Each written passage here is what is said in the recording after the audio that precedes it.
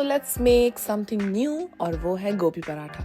सो गोभी पराठा बनाने के लिए चाहिए आपको गोभी। ऑब्वियसली उसको अच्छे से ग्रेट कर ले, जैसे मैंने करा है बहुत जल्दी फास्ट फॉरवर्ड में करके। उसके बाद आपको छोटी छोटी 2 रोटियां बनानी है, ठीक है। गोल रोटी छोटी छोटी बनानी है, मोटी बनानी है। एंड देन उसमें थोड़ी सी जो ग्रेटेड गोभी है वो रखिए। उसके ऊपर थोड़ा सा मिर्ची काट कर रखिए, चिली पाउडर, नमक, गरम मसाला सारा ऊपर से डाल के दूसरी रोटी से इसे अच्छे से सील पैक कर दीजिए ताकि आपकी गोभी बाहर ना आए। देन इसे अपने हल्के हल्के हाथों से बेल लें। ओके, केयरफुल रहें ताकि गोभी बाहर ना आए। देन इसे अच्छे से सेक ले और आपका गोभी पराठा रेडी है। कमेंट करके ज़रूर बताएं कि आपको कैसा लगा। Bye bye.